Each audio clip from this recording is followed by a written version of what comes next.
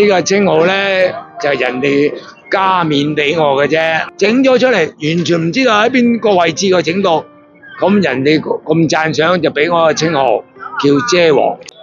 身姿滿城顯氣派，藝才迎市露風華。我哋啲靚遮咧就真係貴噶嘛，嗰啲人咧上網買啊，40蚊，全部包郵費喎。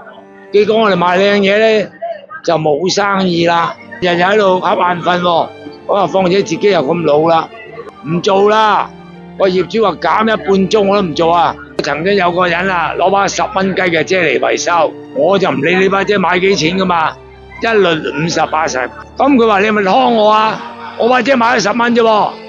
我話你可以唔整噶嘛，我唔逼你整噶。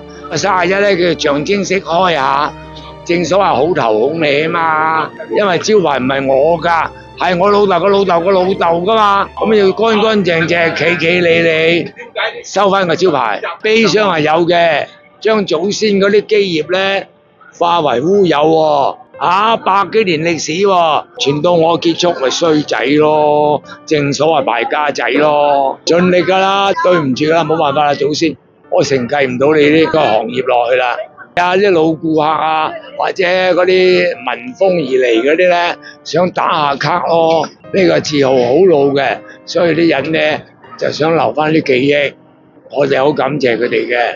同時亦都感謝所有嘅顧客咁多年俾飯我食。